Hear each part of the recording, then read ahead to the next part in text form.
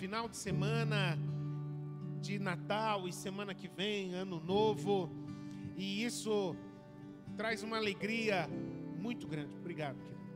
Isso traz para nós uma alegria muito grande, como nós fomos ministrados aqui agora há pouco, nesse tempo de oração com o nosso pastor Gentil, que nós podemos e devemos, é um exercício muito saudável diante do Senhor, nós contarmos os dias, reconhecendo diante do Senhor os feitos dele, a gente agradecer, mas a gente também declarando ao Senhor, Pai, nós sabemos que ainda tem coisas que o Senhor vai fazer, e nós confiamos nisso também, né?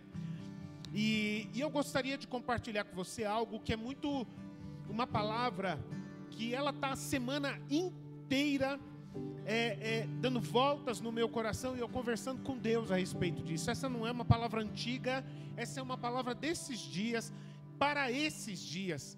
E eu gostaria de compartilhar isso baseado numa experiência que Jesus viveu no Evangelho de Marcos, capítulo 6. Os primeiros versículos do 1 ao 6. Essa palavra, o que eu tenho como tema dessa palavra é que é uma honra ser um cristão.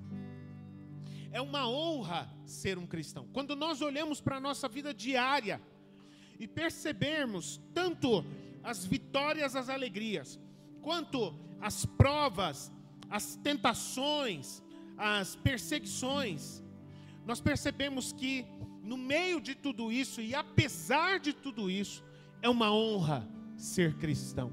Amém?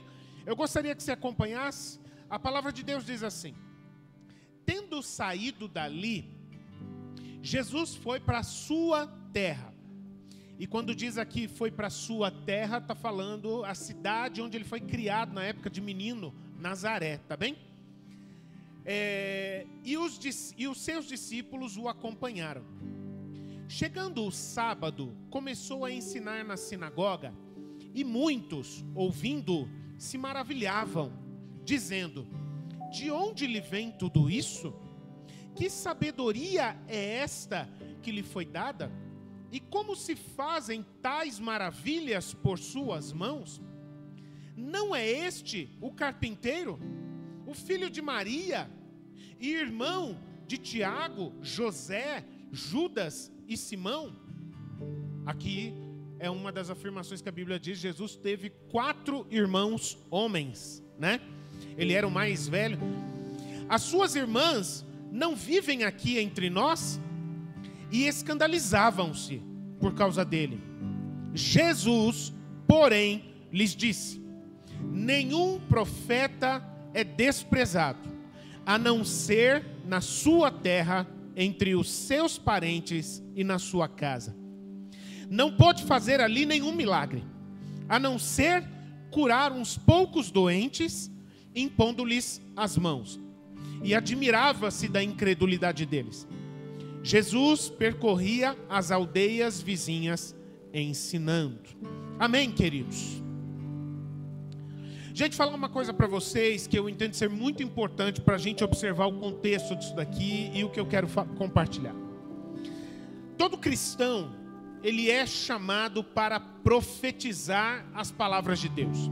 Eu estou dizendo isso por causa de uma declaração muito importante que Jesus liberou aqui, que foi quando ele disse: nenhum profeta tem honra, a não ser na sua própria terra. Ou como diz nesse texto aqui, a maneira como esse texto coloca aqui, nenhum profeta é desprezado, a não ser na sua terra, entre os seus parentes e na sua casa. Ele está falando de profeta aqui. Mas quando nós entendemos a mensagem geral da palavra de Deus, nós percebemos que todo cristão, ele tem esse chamado para profetizar as palavras de Deus, para ser boca de Deus para todas as pessoas. A primeira carta aos Coríntios, capítulo 14, vai dizer, o apóstolo Paulo pelo Espírito Santo: eu quero que vocês todos falem em línguas, mas muito mais que profetizem. Ele disse isso para todos os irmãos da igreja, que todos sejam profetas e profetizem. 1 de Pedro, capítulo 2, o Espírito Santo vai usar o apóstolo Pedro para dizer: vocês, porém, são geração eleita, sacerdócio real, nação santa, povo de propriedade exclusiva de Deus, que foram chamados para anunciar as palavras de Deus, daquele que chamou vocês das trevas para a sua maravilhosa luz. Então, eu entendo, queridos, que essa palavra de Jesus, quando ele se dirige a profetas, ela pode se encaixar na vida de todo cristão que segue a Jesus fielmente. Nós estamos vivendo dias de festa. Muitas pessoas estão se reunindo. São pessoas que muitas vezes até no meio das próprias famílias há diferentes crenças dentro das mesmas famílias. Muitas vezes grupos de pessoas que se conhecem e se reúnem, mas que são diferentes estilos de vida. Às vezes é a mesma família reunida, mas cada lar ali tem hábitos diferentes, tem rotinas diferentes, tem prioridades na agenda diferentes. E quando acontece esse encontro, nestes períodos de festas, é comum surgirem conversas, é comum se levantarem às vezes comentários, uns a respeito dos outros, mas também sobre coisas de fora. É comum surgirem até brincadeiras, piadas sobre todo tipo de assunto. Às vezes, até mesmo sobre o Evangelho.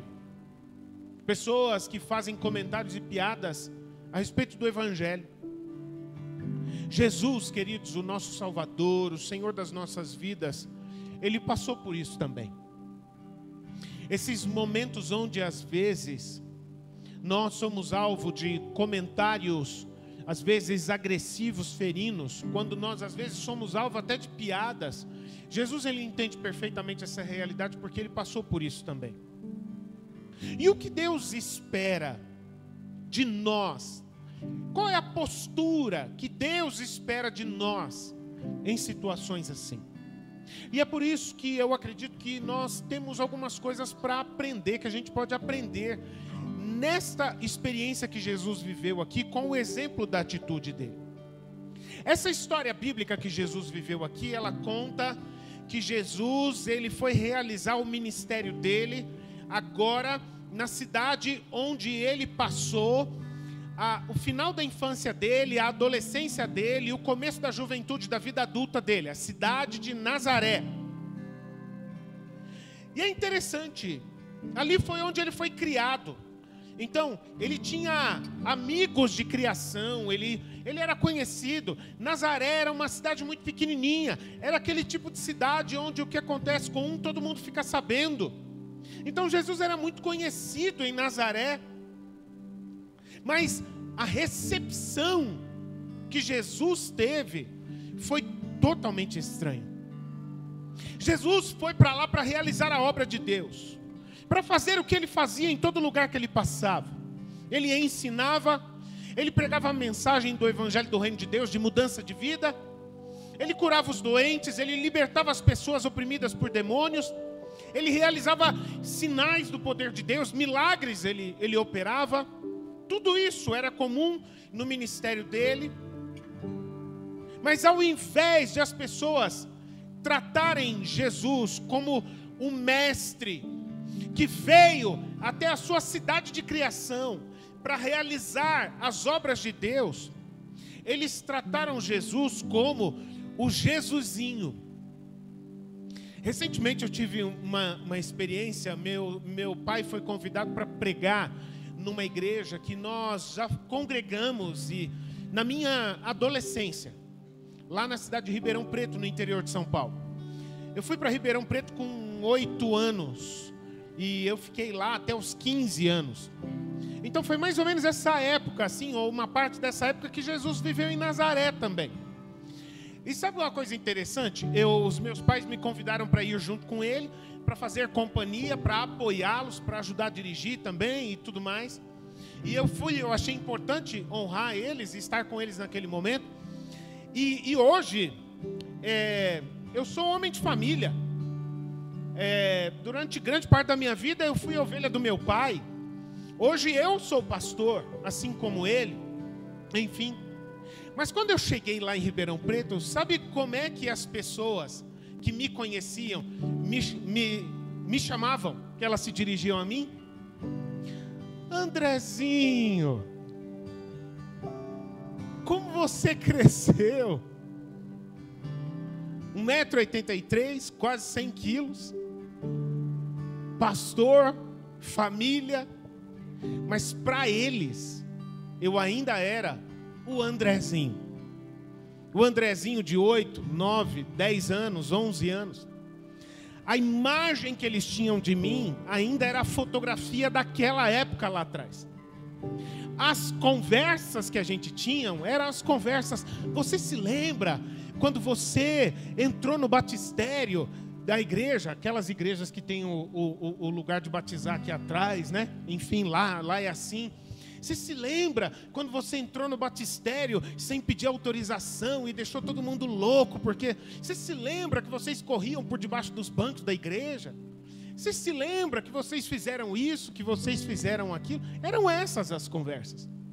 Porque a imagem que eles tinham a respeito de mim era daquela época e era difícil para eles enxergar quantas coisas eu aprendi, o quanto eu cresci, o quanto eu fui transformado, que a vida com Cristo que eu tinha naquela época, o Jesus é o mesmo, mas eu tenho outro nível de maturidade espiritual hoje. Eu não estou dizendo que eles me trataram de uma maneira negativa, e honestamente falando, eu nem acredito que Jesus foi maltratado lá em Nazaré. Ele foi tratado de maneira estranha. Sabe por quê? Porque o povo de Nazaré não reconhecia que aquele Jesusinho, por minha conta, tá, gente?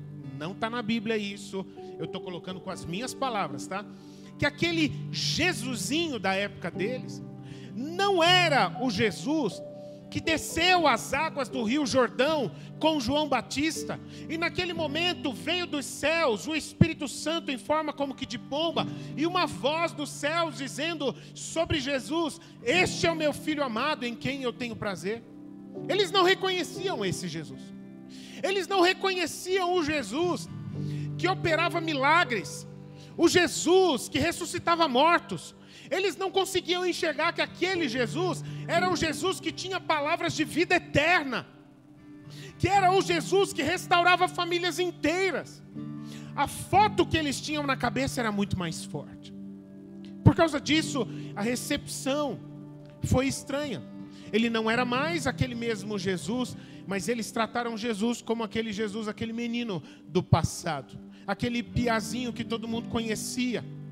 O filho do carpinteiro, o filho mais velho do carpinteiro, José, que também era carpinteiro, filho de Maria, que todo mundo conhecia seus irmãos, as suas irmãs, as histórias que Jesus viveu em Nazaré, as cenas engraçadas do passado de Jesus, era isso que estava forte na mente do povo. O crescimento de Jesus, as coisas que Jesus aprendeu, era isso que eles guardaram a respeito de Jesus. Sabe qual que é o nome disso, queridos? O nome disso é dissimulação. Não sei se você já ouviu essa palavra, dissimulação. E vou falar para você que a dissimulação é uma estratégia diabólica, muito comum essa estratégia. Dissimulação é quando a pessoa que está conversando com outra pessoa, a pessoa que está interagindo com outra pessoa, às vezes tratando sobre um determinado assunto, e ela muda o foco da conversa, colocando no lugar um outro assunto nada a ver, um assunto aleatório. E ela faz isso para tentar fugir daquele assunto sério que estava sendo tratado. Isso é dissimulação. Ela faz isso, a dissimulação, ela é um comportamento da pessoa que não quer encarar as coisas sérias da vida. Dissimulação é um comportamento daquela pessoa que não quer ouvir as coisas que ela precisa ouvir. Dissimulação é o comportamento comum da pessoa que não quer mudar de atitude como precisaria mudar. E por isso eu digo que a dissimulação é uma atitude diabólica e que é muito comum. Eu já vi, esses dias, por exemplo, eu estava conversando com um amigo da nossa igreja e a gente estava falando sobre as experiências de a gente compartilhar de Jesus com as pessoas e convidar as pessoas para participar da célula com a gente, ou levar a pessoa para ter um encontro com Deus, enfim. E que às vezes a gente ouve certas justificativas ou certas razões para não querer, para não ir, para não fazer, para não viver, que a gente fica com um sentimento muito forte de que aquilo não é um motivo real, é uma dissimulação. É uma forma de tentar mudar o foco, para não ouvir, para não encarar, para não viver. E nós precisamos despertar para isso. Foi isso que o povo de Nazaré fez com Jesus. Eles não quiseram reconhecer esse Jesus mestre, Senhor, Salvador. Eles queriam tratar Jesus como o Jesusinho de Nazaré, o menino de Nazaré, como uma maneira de tentar fugir do que Jesus tinha ido realizar ali. Sabe, queridos, eu estou falando dessas coisas porque no meu espírito eu percebo que no meio dessas palavras a gente pode encontrar duas chaves espirituais muito importantes que alimentam no nosso coração, na nossa identidade, a importância e a honra de ser cristão. A primeira chave espiritual eu quero compartilhar com vocês. Ela é a seguinte: pode haver uma visão espiritual e uma visão natural dentro do mesmo assunto. Vou falar de novo para você guardar essa primeira chave espiritual. É possível, dentro de um mesmo assunto, haver uma visão espiritual a respeito daquilo e uma visão natural ou racional a respeito daquilo. Qual foi a dificuldade do povo com Jesus em Nazaré? Resposta: eles não conseguiram enxergar em Jesus nada além do natural. Verdade ou não é? Faz sentido isso para você? Eles não conseguiam enxergar na pessoa de Jesus nada além do natural, daquele menino com quem eles conviveram, o piazinho criado na cidade. Foi esse o motivo daquela afirmação de Jesus: um profeta não tem honra na sua própria terra. Foi por isso que ele falou, porque as pessoas não tratavam ele como este homem de Deus, mas como aquele molequinho que eles conheciam. Mas, queridos, é muito importante o que a palavra de Deus diz. 1 Coríntios capítulo 2, o verso 15 vai dizer assim: porém, a pessoa espiritual julga todas as coisas, mas ela não é julgada por ninguém. O que esse versículo está dizendo, queridos? Ele está dizendo o seguinte: que para ter o entendimento, para ter o discernimento, a visão sobre as coisas espirituais, precisa ser uma pessoa espiritual. Ninguém consegue olhar, entender as coisas espirituais se ela não for uma pessoa espiritual. E como é que nós podemos nos tornar pessoas espirituais? Nascendo de novo. Nascer de novo. Nascer pela fé, nascer da água e do Espírito. É isso que o Senhor espera de nós. Somente pessoas que nasceram de novo da água e do Espírito, que têm o Espírito Santo de Deus nas suas vidas, elas podem entender as coisas espirituais, porque o contrário não é possível. Uma pessoa que não nasceu de novo, uma pessoa que vive somente baseada naquilo que vê, uma pessoa que vive somente baseada naquilo que ela pode pegar ou calcular, ela jamais conseguirá entender as coisas do mundo espiritual. Não adianta falar das coisas espirituais com quem não é espiritual, das coisas do mundo espiritual, porque ela não poderá entender, porque ela não nasceu de novo. É por isso que Jesus diz em João 3 a Nicodemos: necessário é nascer de novo.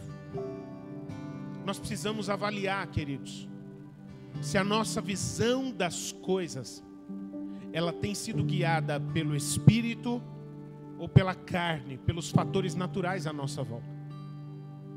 Se você estivesse no barco, junto com os discípulos, naquela experiência de Pedro, quando os discípulos estavam achando que iam morrer na tempestade no meio do mar da Galileia, e Jesus vem andando sobre as águas, e aí Pedro vira para Jesus e fala: mestre, ordena que eu vá encontrar contigo. E Jesus vira e fala para Pedro: venha, Pedro. E Pedro estranhou por ter sido tão simples a palavra de Jesus, mas ele foi. Ele botou o pé para fora do barco e começou a andar sobre as águas, a ir na direção de Jesus. Mas a palavra de Deus diz que Pedro, um pouco depois, quando estava próximo de Jesus, começou a afundar. E por que Pedro começou a afundar? Você sabe essa história? Porque num determinado momento, no meio daquela tempestade, começou a bater rajadas de vento muito forte. E até aquele momento, Pedro tinha conseguido andar sobre as águas. Uau! Pedro tinha conseguido andar sobre as águas porque os olhos dele estavam mirados somente em Jesus. No momento em que ele prestou mais atenção nos ventos do que em Jesus, no momento em que ele começou a olhar mais para o mar agitado em torno dele do que na pessoa de Jesus, ele começou a afundar. Queridos, o que afeta mais você? O que influencia mais você? Querido, querida, você está entendendo por que nós cantamos neste culto que a nossa vida é guiada pela palavra que sai da boca de Deus, e nós geramos aqui um liberar profético, uns sobre as vidas dos outros, de declarar uns sobre os outros a palavra de Deus, e que nós como igreja, a gente precisa fazer isso constantemente uns nas vidas dos outros, para que seja a palavra de Deus que influencia as nossas vidas, que a gente presta atenção de verdade, que governa o nosso viver de verdade, e não as coisas que acontecem à nossa volta. Foi isso que fez o povo de Nazaré naufragar. Jesus tinha convidado toda a família dele para segui-lo, mas a maioria da família dele, tirando a mãe, a maioria da família dele só veio a seguir a Jesus de verdade depois que Jesus tinha morrido e ressuscitado. Quantas oportunidades eles perderam com isso? Nós não devemos ser influenciados pelas coisas naturais. Se nós nascermos de novo, o que deve guiar as nossas vidas é o Espírito Santo de Deus que fez os céus e a terra. Amém? Isso faz sentido para você, meu irmão, minha irmã? Amém? Eu quero falar então a segunda chave espiritual. A Bíblia conta nessa passagem aqui que Jesus, ele não pôde... Olha que triste isso. Presta atenção, isso é sério, tá? A Bíblia fala que Jesus não pôde fazer nenhum milagre em Nazaré. Pergunta: Jesus Cristo é o Filho do Deus vivo. Tem alguma coisa que Jesus não consegue fazer, gente? Resposta: sim. O que é que Jesus não consegue fazer? Aquilo que a gente não crer. O que limita o agir de Jesus não é a capacidade dele. O poder de Jesus é ilimitado. Jesus mesmo, ele fala, ele uma vez declarou: tudo é possível ao que crê. Mas a única coisa que limita o agir de Jesus na vida de uma pessoa é quando uma pessoa não crê que ele pode fazer. Recentemente estava conversando com a Moni lá em casa, e a gente estava falando sobre essa questão de fé. E que existem diferentes tipos de fé, gente. Em termos práticos, tá? Não em termos de conceito. Existem diferentes tipos de fé. Uma é aquela fé fria, aquela fé distante. Como às vezes, por exemplo, a gente pergunta para muitas pessoas: você crê em Jesus Cristo? Aí a maioria vai levantar: sim, eu creio. Agora, se a gente chegar e perguntar de uma maneira bem específica: você crê que Jesus Cristo pagou na cruz pelos seus pecados e você é salvo porque Jesus morreu por você? Aí nem todo mundo vai levantar a mão de maneira tão espontânea assim. Várias vezes irmãos já vieram conversar comigo falando: pastor, eu creio em Jesus, mas eu não tenho certeza. Se hoje a minha vida terminar, eu não tenho certeza se eu sou salvo, pastor. Esse é o problema da fé de muitas pessoas. Crer em Jesus lá. Você crê em Jesus? Creio em Jesus. Mas você crê em Jesus aqui? Você crê que você é salvo? Ah, não sei. Hoje eu dei uma pisada de bola, eu tenho dúvida se eu sou salvo. Esse é o problema. Esse foi o problema do povo em Nazaré. Esse é o problema de muitos de nós no nosso dia a dia, queridos. Essa fé distante, essa fé fria, essa fé que não move nada nas nossas vidas na direção de Jesus Cristo. Isso precisa gerar temor no nosso coração. Jesus, quando chegou de volta em Nazaré, porque ele já não morava mais em Nazaré, ele morava em Cafarnaum. Eu costumo brincar às vezes falando: Jesus tinha um apartamento de 1 quarto na cidade de Cafarnaum, um apartamento de 35 metros, pequenininho na cidade de Cafarnaum. E ele foi visitar a cidade da criação dele de volta. E quando ele chega aqui em Nazaré, a atmosfera que ele percebe era uma atmosfera de incredulidade. E aí o povo de Nazaré podia chegar: não é bem assim. Nós não somos incrédulos. Nós só somos pessoas mais racionais. Racionalismo, querido, é uma vertente da incredulidade. Se a tua razão ela não é movida pela tua fé, então a tua razão é incredulidade. É a nossa fé movida pelo Espírito que tem que governar a nossa razão. Romanos capítulo 12, verso 1 e 2 vai dizer: e não se conformem com os padrões deste mundo. Verso 2: mas sejam transformados pela renovação do vosso entendimento. Sejam transformados de que forma? Pelo Espírito Santo, à luz da palavra de Deus. É a fé que governa a razão. É o mundo espiritual que governa o natural. E não é a razão que governa a fé. Não é o mundo natural que governa o mundo espiritual. E Jesus, tendo percebido esse ambiente de incredulidade, de racionalismo, e a incredulidade das pessoas era a única coisa que estava impedindo o poder de Deus. É por isso que o texto diz: queridos, nós precisamos cuidar disso. Nós precisamos cuidar para que o nosso racionalismo, com um nome que às vezes a gente gosta de pôr um nome bonito só para se esconder, só para se justificar. Não, é que na verdade eu não quero ser um crente imaturo. Eu quero ser um crente pé no chão. Meu irmão, minha irmã, sinto muito dizer para você, é tudo conversa da carochinha. É tudo palavras espiritualizadas que você usa para dizer que o teu racionalismo está estragando a tua fé no poder de Jesus Cristo. A palavra de Deus em Romanos capítulo 1 vai dizer: porque a justiça de Deus se revela no Evangelho de fé em fé. Como está escrito: mas o justo viverá pela fé e não pelo racionalismo. Nós precisamos cuidar disso. A gente precisa estar sensível ao Espírito Santo de Deus para realizar a obra de Deus. Há o momento certo e a forma certa para todas as coisas, para cada situação. Jesus, quando estava em Nazaré, ele percebeu: não tem ambiente, então eu não vou forçar a barra. Ele ensinou, ele realizou algumas curas em algumas pessoas e depois ele saiu de Nazaré, porque ele percebeu: não tem ambiente fértil aqui. para que eu possa me estender em realizar as obras de Deus. Não adianta dar murro em ponta de faca, como a gente disse. Então ele seguiu em frente.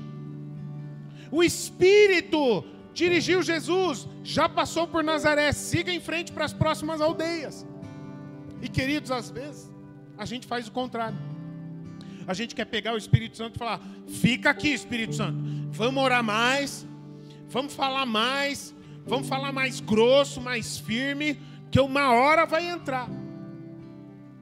E às vezes não é o momento, às vezes não tem ambiente. Se o Espírito não fizer, queridos, não tem quem faça.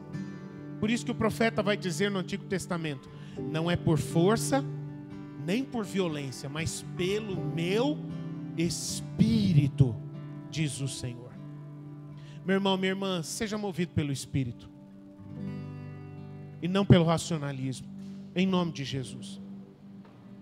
E por fim, queridos, a gente precisa entender: onde você estiver, lembre-se de uma coisa: ser cristão é uma pessoa que anda levando o reino de Deus. Ser cristão é ser uma pessoa que faz tudo, sempre na autoridade do nome de Jesus.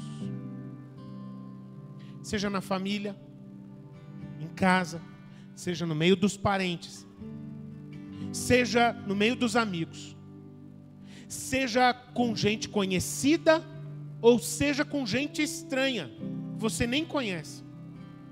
Portanto, ser cristão é ter uma aliança com Cristo. O cristão, ele nunca vai precisar disfarçar o que ele é ou a vida que ele vive. O cristão, ele nunca vai precisar mentir. O cristão nunca precisa dissimular. O cristão nunca precisa dar aquela risadinha no meio dos outros, com aquelas piadas sem graça, ou com aquelas palavras incrédulas, dar aquela risadinha. O cristão nunca precisa fazer isso para concordar com aquilo que não é verdade.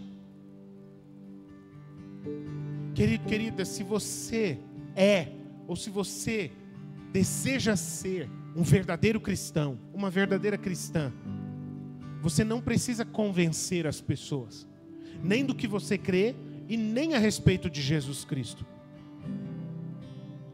Se você quer ser um verdadeiro cristão, você não precisa se preocupar em agradar as pessoas, para elas verem que cristão é gente boazinha, é gente legal. Convencer as pessoas a concordarem com você, você não precisa disso. Jesus não se preocupou com isso. Não precisa ser advogado de Jesus. Não, o que vocês estão falando de Jesus não é real. Vocês estão falando uma mentira a respeito de Jesus. Eu vou mostrar para vocês. Não, você não precisa mostrar nada. Você não precisa explicar nada. Você não precisa defender Jesus como se fosse advogado do nome dele.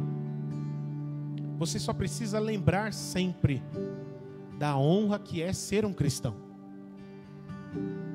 É uma honra ser um cristão. E viver Cristo. Viver Jesus. E como o próprio Jesus disse, por onde você andar, que haja uma paixão ardente no teu coração por ser sal nessa terra, por ser luz neste mundo, como Jesus falou aos seus discípulos. Em toda situação, que você permita que o Espírito Santo possa dirigir a sua vida, por onde Ele quiser te levar, da maneira como Ele quiser agir através da sua vida. Que você viva com a alegria de ser um verdadeiro cristão, uma verdadeira cristã. Amém, meus irmãos? Você pode fechar os seus olhos? Eu gostaria de orar com você nesse momento. Vamos então gerar um ambiente de oração. E eu gostaria de fazer uma pergunta para você, e você ainda de olhos fechados me responder. Quem aqui tem uma aliança com Jesus? Levante sua mão, por favor. Com alegria, com gratidão, faça isso. Jesus querido, tem aqui um número bom, um número grande, de homens, de mulheres, de meninos, de meninas, levantando suas mãos, afirmando sua identidade, afirmando que tem uma aliança contigo.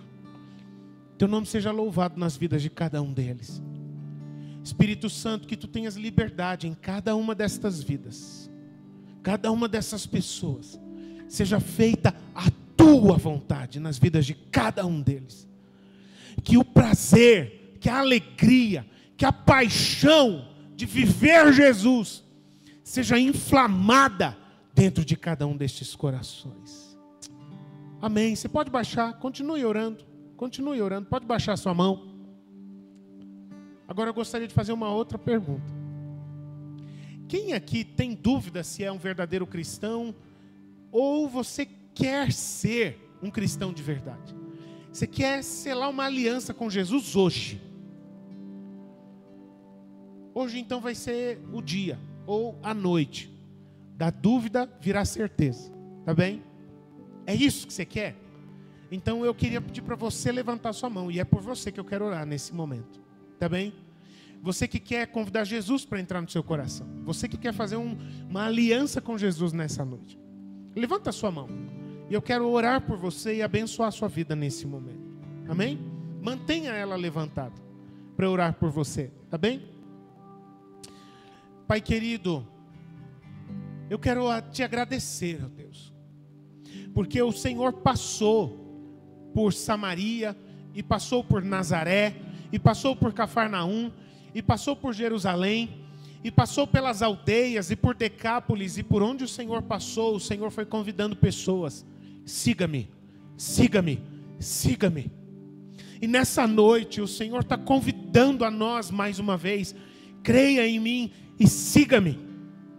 E tem mãos levantadas aqui nessa casa, nessa noite, que estão entendendo, que estão aceitando esse seu chamado. Jesus, siga-me.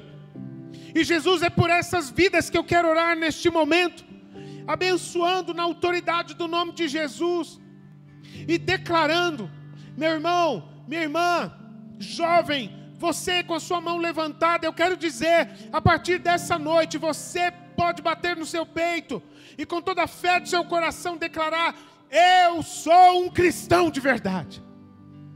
Não é pelo que eu faço, não é pelo quão bom eu sou, mas é porque a pessoa que mora aqui dentro do meu coração, ela é boa, ela é perfeita. Eu tenho o Filho de Deus no meu coração e por isso eu sou um cristão.